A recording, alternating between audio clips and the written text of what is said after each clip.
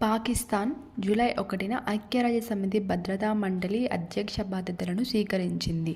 భద్రతా మండలిలోని 15 సభ్య దేశాలు ఆంగ్ల అక్షరమాల క్రమంలో నెలకొకరు చొప్పున అధ్యక్ష పదవిని నిర్వహిస్తాయి.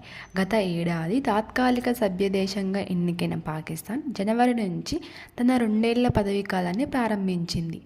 ఐక్యరాజ్యసమితి భద్రతా మండలి అంటే ఏంటో తెలుసుకుందాం. భద్రతా మండలి ఐక్యరాజ్యసమితికి చెందిన 6 ప్రధాన అంగాలలో ఒకటి. అంతర్జాతీయ శాంతి మరియు భద్రతను కాపాడటం దీని ప్రధాన బాధ్యత.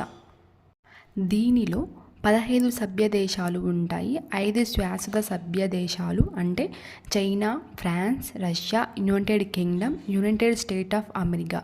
ఈ దేశాలకు వీటో అధికారం ఉంటుంది.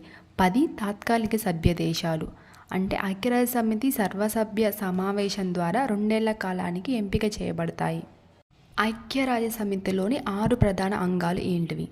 సర్వసభ్య సమావేశం 1, భద్రతా మండలి 2, ఆర్థిక మరియు సామాజిక మండలి 3, ట్రస్టీషిప్ కౌన్సిల్ 4, అంతర్జాతీయ న్యాయస్థానం 5, సచివాలయం 6. Thank you. జై హింద్.